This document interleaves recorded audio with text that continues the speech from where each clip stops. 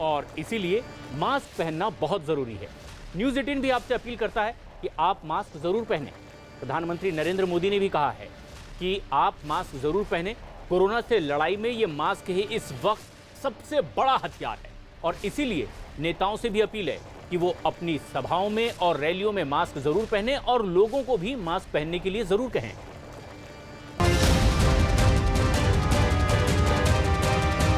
मुंबई के भांडुप इलाके में ड्रीम मॉल्स में जो आग लगी थी वो एक बार फिर से भड़क गई है। तिरंगा, जो भारतीय तिरंगा वहां फंसा हुआ है, वो फायर ब्रिगेड की पूरी कोशिश है कि तिरंगे को कोई आंच ना आए। बड़ी खबर इस वक्त की। महाराष्ट्र के मुख्यमंत्री उद्धव ठाकरे ने भांडुप में अस्पताल में लगी आग के लिए जिम्मेदार लोगों के खिलाफ सख्त कार्रवाई का भरोसा दिया है। आज तड़के ही भांडुप के सनराइज अस्पताल में भीषण आग लग गई थी, जिसमें 10 मरीजों की मौत हो गई है। उद्धव ठाकरे भी घटनास्थल पर पहुंचे और हालात का जायजा उन्होंने लिया। उद्धव ठाकरे के मुताबिक आग अस्पताल में नहीं बल्कि अस्पताल के नीचे वाली मंजिल से लगी थी और वो धीरे धीरे फैलती चली गई। कोरोना से निपटने के लिए सनराइज अस्पताल में अस्थायी तौर पर इजाजत दी गई थी, जो कि इसी महीने की 31 तारीख को खत्म होने वाली थी।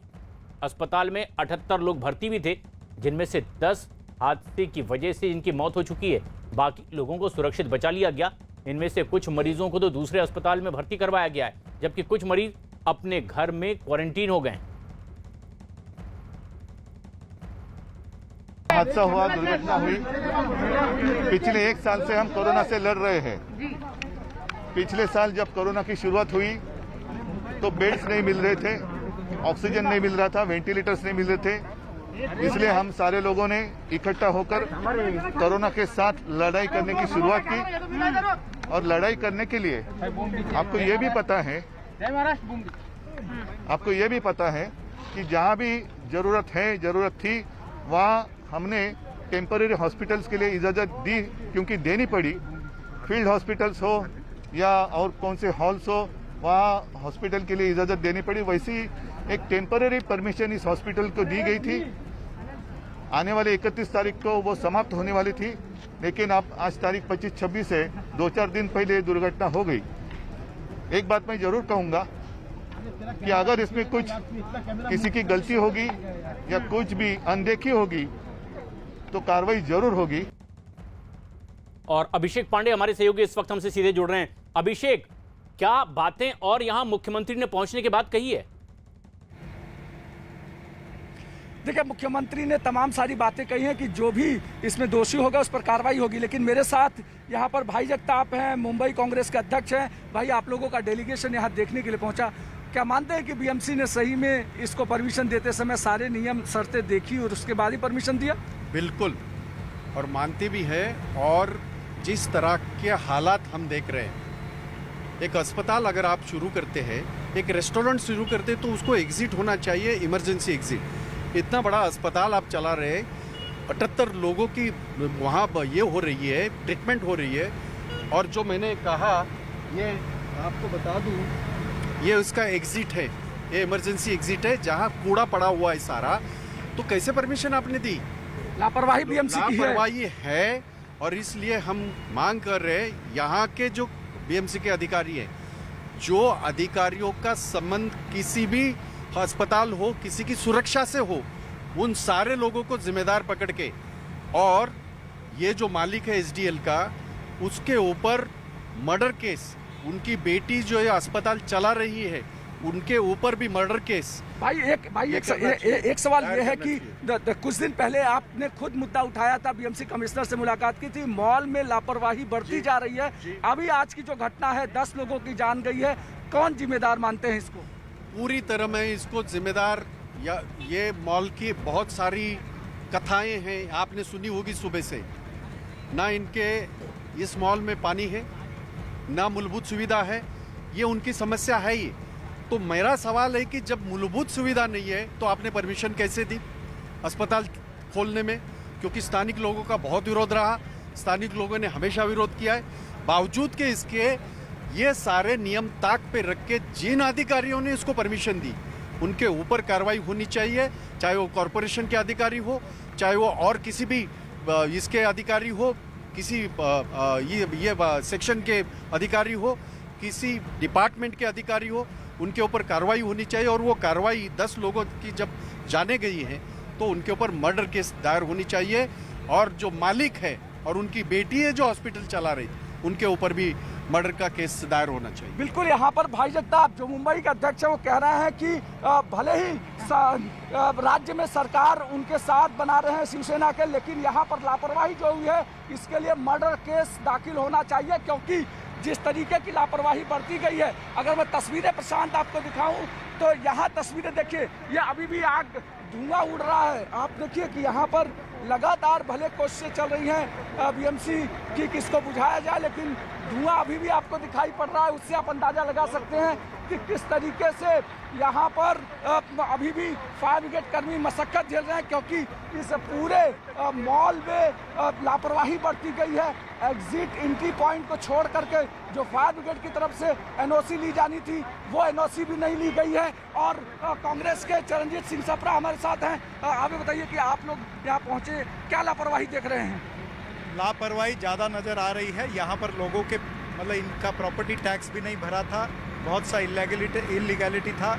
उसमें अभी सारी जांच होगी और जांच के बाद में जो भी सामने नजर आता है उस पर कार्रवाई की जाएगी। बिल्कुल, यहाँ पर जो भी जांच में दोषी होगा उस पर कार्रवाई होगी। प्रशांत, यहाँ पर पूरा डेलीगेशन, पहले देवेंद्र फडणवीस आए और उसके बाद अब यहाँ पर कांग्रेस का पूरा डेलीगेशन पहुँचा हुआ है। और पूरे डेलीगेशन में यह कहा जा रहा है कि कहीं ना कहीं लापरवाही जो हुई है उसकी जिम्मेदारी किसी न किसी को लेनी पड़ेगी। और शायद ये तस्वीरें देखिए, यहाँ पर देख रहे हैं तमाम सारे नेता पहुँचे हुए हैं और कांग्रेस का पूरा डेलीगेशन पहुँचा हुआ है, ताकि वो कहीं ना कहीं बीएमसी चुनाव को मद्देनजर रखते हुए, कांग्रेस मानती है, कांग्रेस ऑफिशियल बीएमसी में पोजीशन पे है, तो इसलिए कोशिश कर रही है कि इस पूरे मुद्दे को उठाया जाए। हालांकि सीएम ने कहा है कि जो लापरवाही हुई होगी उसके खिलाफ कार्रवाई की जाएगी, लेकिन कोविड के केसेस लगातार बढ़ रहे थे, इसलिए इस जगह परमिशन दी गई थी ताकि यहाँ पर कोविड के पेशेंट्स को रखा जा सके। प्रशांत, बिल्कुल, लेकिन ये एक बड़ा आरोप कांग्रेस नेता ने लगाया है कि हत्या का मामला इसमें दर्ज होना चाहिए। लेकिन इस बीच मुंबई पुलिस ने सनराइज अस्पताल में फौरी तौर पर प्रशासन की लापरवाही को ही हादसे की वजह माना है। मुंबई पुलिस कमिश्नर हेमंत नगराले खुद घटनास्थल पर पहुंचे और हालात का उन्होंने जायजा लिया, साथ ही भरोसा दिया कि जल्द ही इस मामले में केस दर्ज किया जाएगा और दोषी लोगों के खिलाफ सख्त कार्रवाई की जाएगी। जो मालूमात है अब तक उसके हिसाब से ये 78 में से 10 लोगों की मृत्यु हुई है। अभी ये 10 लोग जो मृत पाए गए हैं और बाकी जो दूसरी जगह पे है 68 लोग, वो कौन लोग हैं, उनके नाम क्या है, ये मालूमात करने की प्रक्रिया चालू है। प्रिलिमिनरी तौर पे हॉस्पिटल मैनेजमेंट का निग्लिजेंस दिख रहा है, जिसका क्रिमिनल निग्लिजेंस और दूसरी तरह का निग्लिजेंस साबित होता है। उन सबको हम लोग अरेस्ट करके आगे की कार्रवाई करेंगे। पुलिस कमिश्नर भी मान रहे हैं कि आपराधिक लापरवाही है, लेकिन इस बीच मुंबई में अस्पताल में लगी आग पर प्रधानमंत्री नरेंद्र मोदी ने भी दुख जताया है। प्रधानमंत्री कार्यालय की तरफ से ट्वीट किया गया है, जिसमें लिखा गया है, मुंबई में अस्पताल में आग से हुई लोगों की मौत से गहरा दुख पहुंचा है। ईश्वर से प्रार्थना है कि घायल लोग जल्द स्वस्थ हों। अस्पताल में आग लगने के मामले में बीजेपी ने भी महाराष्ट्र सरकार पर सियासी हमले शुरू कर दिए हैं। बीजेपी ने सरकार से पूछा है कि आखिर कैसे मॉल में अस्पताल खोलने की इजाजत दी गई। देवेंद्र फडणवीस भी घटनास्थल पर पहुंचे और हालात का जायजा लिया। राज्य के पूर्व मुख्यमंत्री देवेंद्र फडणवीस ने इस मामले की गंभीरता से जांच करने की मांग की है। महाराष्ट्र के पूर्व मुख्यमंत्री देवेंद्र फडणवीस ने हादसे पर दुख जताया है, ट्वीट किया है, लिखा है, बेहद चौंकाने और दिल को दहलाने वाली घटना। भांडुप अस्पताल की आग की घटना में जान गंवाने वाले लोगों के परिवारों के प्रति मेरी संवेदनाएं। घायलों के जल्द स्वस्थ होने के लिए भगवान से प्रार्थना है। हम इस मामले की गंभीरता से जांच और जिम्मेदार लोगों के खिलाफ सख्त कार्रवाई की मांग करते हैं। कार्रवाई होनी चाहिए। यहाँ पर जो इलीगल हॉस्पिटल चल रहे हैं, इलीगल बिल्डिंग्स है, उसके ऊपर कार्रवाई होनी चाहिए। लेकिन बीएमसी का प्रशासन भ्रष्टाचार से इतना ज्यादा सड़ चुका है कि वहां से कार्रवाई होगी ऐसा लगता नहीं। मैं तो मानता हूं माननीय हाईकोर्ट ने खुद इसका संज्ञान लेना चाहिए इसकी कमेटी हाईकोर्ट ने तैयार करनी चाहिए और उसके अंतर्गत इस पर कार्रवाई होनी चाहिए। अस्पताल में आग लगने की जानकारी मिलने के बाद वहां पहुंची बीएमसी मेयर किशोरी पेडनेकर ने कहा कि हादसा कैसे हुआ है इसकी जांच की जाएगी। जिम्मेदार अभी मुझे पता नहीं है, लेकिन जो आग लगी है उसमें बचाने का प्रयास करके जितना बचा सकते हैं हमने बचाए हैं। बाकी वेंटिलेटर एक बार आग लगने के बाद पूरा इलेक्ट्रिसिटी बंद की जाती है तो थोड़ा नहीं बहुत प्रॉब्लम हुआ है, लेकिन पूरी जांच करने के बाद मैं आपके सामने आऊँगा। अभिषेक हमारे सहयोगी लगातार उसी जगह मौजूद हैं। यहां एक बड़ा हादसा हुआ है, 10 लोगों की जान चली गई। अभिषेक, लेकिन ये एक बड़ी बात है कि जिस जगह का दौरा खुद मुख्यमंत्री करते हैं, कांग्रेस के सहयोग से सरकार चला रहे हैं। कांग्रेस कह रही है कि हत्या का केस दर्ज होना चाहिए, लापरवाही है, बीएमसी ने बड़ी लापरवाही की है। किस तरह से अब ये पार्टियां इस पूरे मामले पर अपनी राय रख रही हैं एक होकर? देखिए, इसमें प्रशांत दो चीजों को समझना चाहिए। पहला, इसी महीने विधानसभा का सत्र खत्म हुआ जिसमें भंडारा आग के बाद तमाम सारे विधायकों ने सवाल पूछा कि मुंबई में कितने अस्पताल हैं जिनका फायर ऑडिट सही हुआ है, फायर ऑडिट हुआ है या नहीं हुआ है, डैमेजेस कहाँ हैं। उसमें बीएमसी ने माना है कि करीब 1800 ऐसे अस्पताल हैं जिनका फायर ऑडिट कराया गया, तो उसमें उनकी रिपोर्ट तैयार की गई तो उसमें 1000 से ज़्यादा अस्पतालों के फायर ऑडिट नहीं हुए थे। उसी तरीके से मॉल्स के लिए भी मैक्सिमम मॉल्स के फायर ऑडिट नहीं हुए थे। यानी साफ है कि सरकार ने ये माना है कि इतनी सारी जगहों पर फायर ऑडिट नहीं हुए थे। अगर 1 महीने पहले ये सारी चीज़ें पता चल गई, उसके बाद ये सारी चीजें इस तरीके यानी ये बात साफ हो चुकी है कि ये एक लापरवाही की वजह से हुआ मामला है, क्योंकि तमाम जिम्मेदार लोग इसी बात की ओर इशारा भी कर रहे हैं। मुंबई के भांडुप इलाके में एक अस्पताल में लगी आग में 10 लोगों की मौत हो चुकी है। एक मॉल की तीसरी मंजिल पर चल रहे इस सनराइज अस्पताल में देर रात भीषण आग लग गई। हादसे के वक्त अस्पताल में करीब 78 मरीज मौजूद थे, जिनमें से ज्यादातर कोरोना के मरीज थे। हादसे की खबर मिलने के बाद फायर ब्रिगेड की कई गाड़ियां मौके पर पहुंची और राहत का काम शुरू किया गया। कई मरीजों को क्रेन की मदद से भी बाहर निकाला गया है। लेकिन एक बेहद अहम खबर, प्रधानमंत्री नरेंद्र मोदी बांग्लादेश दौरे पर, और ये सीधी तस्वीरें जब आज दिन भर का उनका व्यस्त कार्यक्रम। प्रधानमंत्री नरेंद्र मोदी का यह बांग्लादेश दौरा, और राष्ट्रीय दिवस के मौके पर प्रधानमंत्री नरेंद्र मोदी का यह दौरा है। यह दौरा इसलिए भी खास है क्योंकि कोविड-19 के बाद पहला विदेश दौरा करते प्रधानमंत्री नरेंद्र मोदी पहुंचे पड़ोसी मुल्क बांग्लादेश। खुद एयरपोर्ट पर बांग्लादेश की प्रधानमंत्री शेख हसीना ने उनका स्वागत किया था। लेकिन एक बड़ी खबर इस वक्त की, निकिता तोमर हत्याकांड में दोनों दोषियों को उम्र कैद की सजा सुनाई गई है। फरीदाबाद कोर्ट ने यह बेहद अहम फैसला सुनाया है। निकिता हत्याकांड में दोनों को ही दोषी करार दिया गया था, लेकिन सजा को लेकर के फैसला सुरक्षित रखा गया था। आज इस पूरे मामले पर बहस हुई है और अब दोनों ही दोषियों को उम्र कैद की सजा का ऐलान कर दिया गया है। बीकॉम फाइनल ईयर की छात्रा थी। 26 अक्टूबर 2020 को हत्या की वारदात सरे राह अंजाम दी गई थी और ऐसे में 2 लोगों को इसके लिए दोषी करार दिया गया और आज निकिता हत्याकांड में दोनों ही दोषियों को उम्र कैद की सजा सुनाई गई है। दीपक बिष्ट हमारे सहयोगी लगातार हमारे साथ बने हुए हैं। दीपक, क्या कहा गया है विस्तार से इस पूरे फैसले में? देखिए, इस फैसले में जो सेशन जज हैं उन्होंने ये फैसला सुनाया कि जो उन्होंने कृत्य किया है, क्योंकि 302 की धारा लगाई गई थी, साथ ही किडनैपिंग का केस उनके ऊपर दर्ज था, लेकिन उसको शादी के लिए जो धारा थी उस पर मामला सुनाते हुए जज ने कहा कि ये एक गंभीर अपराध है और उसको लेकर इन दोनों को जो है उम्र कैद की सजा सुनाई जाती है। तौसीफ जो मुख्य आरोपी था जिसने गोली चलाई थी, उसका साथ जो रेहान नाम के उसके साथी ने दिया था और दोनों को इस मामले में उम्र कैद की सजा के साथ ही 20-20 हजार रुपए का फाइन भी यहाँ पर निर्धारित किया गया है। साथ ही जो पहले से कयास जो पीड़ित परिवार की तरफ से ये कहा गया था कि दोनों को जो है फांसी की मांग की गई थी, लेकिन यहाँ पर जो निर्णय आया है वो सिर्फ इसलिए ये आया है कि दोनों को जो है उम्र कैद की सजा सुनाई जाएगी। अब वो ताउम्र जो है जेल में रहेंगे जब तक वो जीवित रहेंगे। एक बड़ा फैसला कहा जाएगा निकिता केस में, क्योंकि सभी की निगाहें थी आज प्रशांत इस केस को लेकर गहमा गहमी थी कोर्ट के अंदर, और सभी ये चाहते थे कि इस पूरे मामले पर किस तरह का जजमेंट आता है, क्योंकि ये जजमेंट काफी अहम था। क्योंकि 500 लगभग ये कहा जाए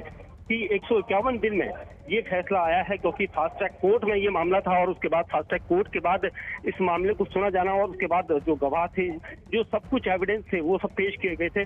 और उसके साथ ही ऐसी चीजें जो थी, जो पुलिस ने अपनी मजबूती से इसमें सारे एविडेंस दिए थे। साथ ही कोर्ट में जो पीड़ित पक्ष के वकील थे, उन्होंने पूरी मजबूती के साथ इस केस को बांधा था। इस केस में सुनवाई बहस हुई थी, लेकिन उसके बाद आज जब सजा का ऐलान होना था, उससे पहले जो बचाव पक्ष के वकील थे, उन्होंने ये भी कहा था कि उनकी उम्र छोटी है और वो स्टूडेंट रहे हैं, उनका बैकग्राउंड ऐसा क्रिमिनल नहीं है, उसको जो है कोई बड़ी ऐसी सजा ना दी जाए। लेकिन यहाँ पर जो आज जज ने फैसला दिया है, उससे कहीं ना कहीं जो पीड़ित परिवार है वो उसको कहीं ना कहीं सांत्वना मिली होगी। लेकिन वो चाहते थे कि दोनों आरोपियों को जो है फांसी की सजा मिले, लेकिन ऐसा नहीं हो सका।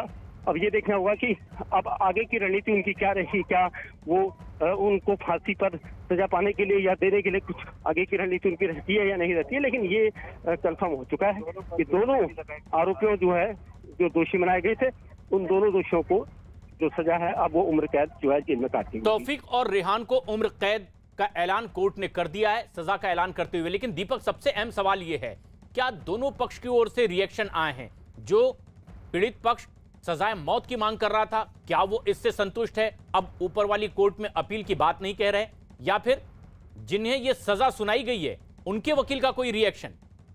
देखिए, अभी तक दूसरी तरफ के जो वकीलों का किसी भी का अभी रिएक्शन नहीं है, क्योंकि सजा सुनाने का जो समय था वो 4:07 के आसपास सजा सुनाई गई थी, और उसके बाद अभी रिएक्शन नहीं मिलता है कि क्या वो ऊपरी अदालत में जाकर अपनी जो अपील है उसको करेंगे। क्योंकि उम्र कैद की सजा को लेकर परिवार यहाँ पर तैयार नहीं था। उनका कहना था कि जो जघन्य अपराध उन्होंने उनकी बेटी के साथ किया है, उसको लेकर उनको सजा बिल्कुल मौत से नीचे नहीं मिलनी चाहिए। लेकिन यहाँ पर जो फैसला था, क्योंकि सारी दलीलें सुनी गई थी, लगभग 5-5.25 महीने का जो दरमियान था, उस दरमियान में फास्ट ट्रैक कोर्ट में ये केस चला। और एक ऐसा केस है प्रशांत, क्योंकि इतनी जल्दी फास्ट ट्रैक कोर्ट में भी कई मामले लंबित हो जाते हैं, लेकिन यहाँ पर इस फैसले में बिल्कुल नफी तुली चीजें आई। हर दिन यहाँ पर जो हफ्ते में तारीखें लगती थी, 2 से 3 तारीखें लगती थी, तो मामला जो है काफी गंभीर था, और उसको लेकर संज्ञान लेते हुए पूरे मामले में एक बड़ा फैसला कहा जाएगा कोर्ट का। और कोर्ट ने हालांकि रेहान की तरफ से भी कहा गया था कि जो उनके वकील थे उनको बचाने की कोशिश थी कि वो छोटा है, उसकी उम्र छोटी है, उसका बैकग्राउंड जो है वो क्रिमिनल नहीं है, और उसको लेकर सजा में कहीं ना कहीं रियायत दी जाए। लेकिन यहाँ पर उम्र कैद की सजा भी अपने आप में बड़ी सजा है, और जिसको लेकर यहाँ पर कोर्ट ने ये फैसला सुनाया है। और इस वक्त की ये सीधी तस्वीरें हमारे दर्शक देख रहे हैं। प्रधानमंत्री नरेंद्र मोदी का 2 दिन का ये दौरा है, बांग्लादेश दौरा है। बेहद अहम दिन बांग्लादेश के लिए, जो बांग्लादेश के राष्ट्रपिता के तौर पर जाने जाते हैं। उनके जन्म शताब्दी समारोह और 50 साल बांग्लादेश के बनने पर बेहद अहम मौका। और इस मौके पर प्रधानमंत्री नरेंद्र मोदी आमंत्रित थे, पहुंचे हैं बांग्लादेश में। एयरपोर्ट पर उन्हें खुद रिसीव करने के लिए बांग्लादेश की प्रधानमंत्री शेख हसीना पहुंची थी। लेकिन नेशनल परेड ग्राउंड में आज जहां एक भव्य कार्यक्रम का आयोजन है, प्रधानमंत्री नरेंद्र मोदी यहां पर पहुंचे हुए हैं। लेकिन एक बार फिर दोनों ही देशों के लोगों की निगाहें कि प्रधानमंत्री नरेंद्र मोदी के इस दौरे से दोनों देशों के संबंध किस तरह से और मजबूत होंगे, किन चीजों को लेकर बातें और आगे बढ़ेगी। भारत ने पहले ही प्रतिबद्धता जताई है कि वो अपने इस पड़ोसी देश बांग्लादेश को हर तरह से सहयोग के लिए तैयार रहेगा। और ठीक इसी तरीके से ऐसे में जबकि कोरोना महामारी से पूरी दुनिया त्रस्त थी, भारत में तैयार हुई कोरोना वैक्सीन बांग्लादेश को सबसे पहले दी गई। बांग्लादेश की ओर से धन्यवाद भी कहा गया। लेकिन आज का दिन बेहद खास। सीधी तस्वीरें national parade ground Dhaka Bangladesh से प्रधानमंत्री नरेंद्र मोदी को साथ लेकर आगे बढ़ती बांग्लादेश की प्रधानमंत्री शेख हसीना भी। और ऐसे में जबकि कोविड-19 के बाद से प्रधानमंत्री नरेंद्र मोदी का यह पहला विदेश दौरा है। बांग्लादेश को प्रधानमंत्री ने चुना है अपने इस विदेश दौरे के लिए। बांग्लादेश का आमंत्रण स्वीकार करते हुए पिछले साल भी निमंत्रण था, प्रधानमंत्री नहीं जा पाए, लेकिन तकरीबन 500 दिन बाद भारत से बाहर निकलकर दौरा करते प्रधानमंत्री नरेंद्र मोदी। 2 दिन का उनका यह दौरा है। बांग्लादेश दौरे पर प्रधानमंत्री नरेंद्र मोदी और इस वक्त हैं बांग्लादेश के ढाका में नेशनल परेड ग्राउंड में मौजूद। सुबह गार्ड ऑफ ऑनर उन्हें दिया गया जैसे ही वो एयरपोर्ट पर पहुंचे थे, और आज इस खास कार्यक्रम में शिरकत करने के लिए प्रधानमंत्री नरेंद्र मोदी इस वक्त ढाका में मौजूद। माननीय प्रधानमंत्रीर सानुग्रह अनुमतिक्रमे शुरू करছি আজকের অনুষ্ঠান। অনুষ্ঠান শুরু হচ্ছে পবিত্র ধর্মগ্রন্থ থেকে পাঠ দিয়ে। প্রথমেই पवित्र कुरान। बांग्लादेश की ओर से भी कहा जा रहा है कि वो आभार व्यक्त करते हैं प्रधानमंत्री नरेंद्र मोदी का कि वो ढाका पहुंचे हैं आज के इस खास दिन पर।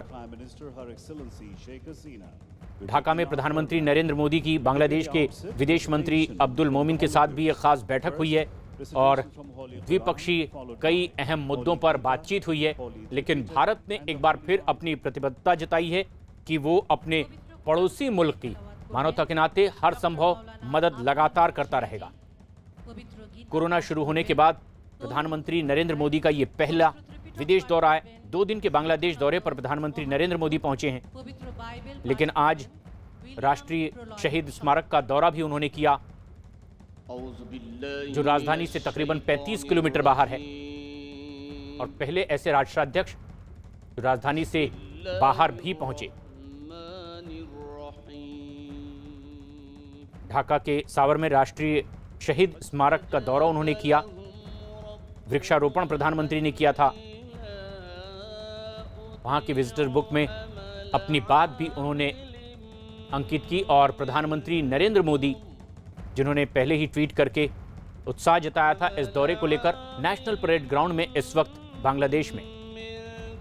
जैसे ही एयरपोर्ट पहुंचे थे प्रधानमंत्री नरेंद्र मोदी, शेख हसीना खुद उनकी अगवानी के लिए एयरपोर्ट पर मौजूद थी। ढाका में गार्ड ऑफ ऑनर भी प्रधानमंत्री नरेंद्र मोदी को दिया गया। बांग्लादेश के लिए यह मौका बेहद अहम है। बांग्लादेश की आजादी का ये स्वर्ण जयंती का मौका, भारत का जो योगदान रहा है वो लगातार बांग्लादेश इसमें दिखाने की भी कोशिश करता है।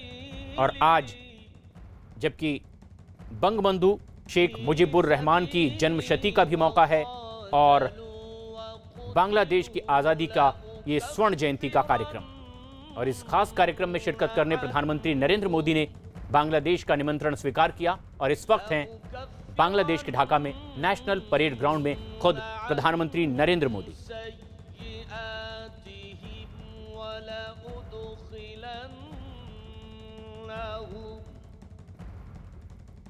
प्रधानमंत्री नरेंद्र मोदी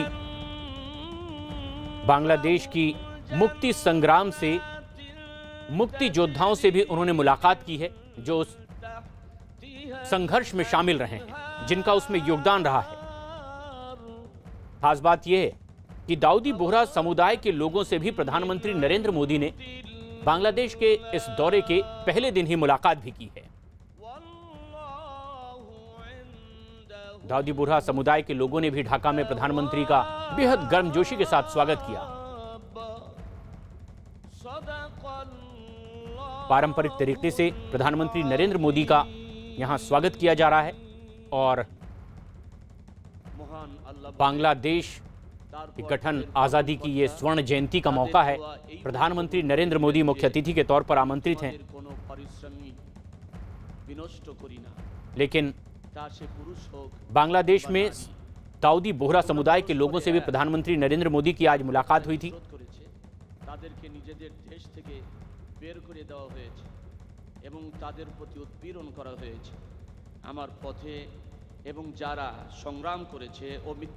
दाऊदी बोहरा समुदाय की ओर से भी उन्हें आमंत्रित किया गया था कि वो ढाका आए। अमिताभ सिन्हा हमारे वरिष्ठ सहयोगी इस वक्त हमसे सीधे जुड़ रहे हैं।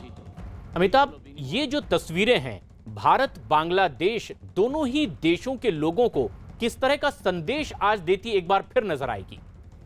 देखिए, नेशनल परेड ग्राउंड है ढाका का, और यहाँ पर शेख मुजीब जो बंगो बंधु कहे जाते हैं, जिनका आज़ादी की लड़ाई में बहुत बड़ा, बांग्लादेश के लिबरेशन में बहुत बड़ा रोल रहा है, उनकी शताब्दी समारोह मनाया जा रहा है और बांग्लादेश का आज नेशनल राष्ट्रीय दिवस के रूप में मनाया जाता है। ऐसे में प्रधानमंत्री को इसका गेस्ट ऑफ ऑनर बनाकर बुलाया गया है। तो ये दर्शाता है कि बांग्लादेश की सरकार और बांग्लादेश भी भारत को और भारत की सरकार को कितनी तरजीह दे रहा है, ये इसका सीधा सीधा मतलब है। प्रधानमंत्री ने भी कोरोना के बाद पहली बार विदेश दौरे के लिए बांग्लादेश को चुना है, तो ये दिखाता है कि बांग्लादेश भारत के स्कीम ऑफ थिंग्स में, भारत की योजनाओं में, भारत के को जो पूरे उपमहाद्वीप की मजबूती की योजनाओं में कितना बड़ा योगदान बांग्लादेश का होगा, ये भी दर्शाता है। तो ये म्यूचुअल है, और प्रधानमंत्री मोदी बार बार ये भी कहते रहते हैं कि नेबरहुड फर्स्ट, यानी पड़ोसी को पहली प्राथमिकता देंगे। ये भी इसको दर्शाता है कि कैसे रिश्तों को मजबूत करके आगे बढ़ना है, क्योंकि पड़ोसी के साथ रिश्ते मजबूत रहेंगे तो आर्थिक, सामरिक, राजनीतिक, कूटनीतिक तमाम दृष्टि से दोनों देश और उपमहाद्वीप पूरी तरह से मजबूत रहेगा। और जहां तक इस गेस्ट ऑफ ऑनर की बात है, शेख मुजीब के बरसी पर, इसकी तैयारियां 1 साल से चल रही थी। और आपको याद होगा कि अब से चंद 1 हफ्ते पहले ही भारत सरकार की कमेटी ने, जिसके चेयरमैन खुद प्रधानमंत्री होते हैं, उसने शेख मुजीब, बंगो बंधु शेख मुजीब को गांधी शांति पुरस्कार देने का भी ऐलान किया था। और आज इस मैदान में, इस परेड, इस नेशनल ग्राउंड में ढाका की, यहाँ पर उनको ये पुरस्कार भी कन्फर किया जाएगा शेख मुजीब रहमान को। तो ये तमाम चीज़ें हैं जो यहाँ पर नज़र आएंगी अब से थोड़ी देर के बाद, जैसे जैसे ये कार्यक्रम शुरू होता है। और ये कार्यक्रम अभी लंबा चलने वाला है, और बांग्लादेश की संस्कृति की भी झलक हमें यहाँ देखने को मिलेगी। और पूरे दिन अगर आप देखें तो प्रधानमंत्री का कार्यक्रम था, जो नेशनल वॉर मेमोरियल जाकर वहाँ पर उन्होंने बुके चढ़ाया, फूल माला चढ़ाई है, श्रद्धांजलि अर्पित की है। उसके बाद उन्होंने लगातार जो मुलाकातें की हैं, जो बांग्लादेश के यूथ आइकॉन्स हैं, उसमें क्रिकेटर शाकिब उल हसन जैसे तमाम जो बांग्लादेश के यूथ आइकन्स हैं, उनसे मुलाकात की। वहाँ के जो माइनॉरिटीज़ हैं, जो अल्पसंख्यक समुदाय के लोग हैं, दाऊदी, वोरा, मुस्लिम, उनसे मुलाकात की है। तो ये एक संदेश दे रहा है कि प्रधानमंत्री कितनी तरजीह देना है बांग्लादेश के दौरे को।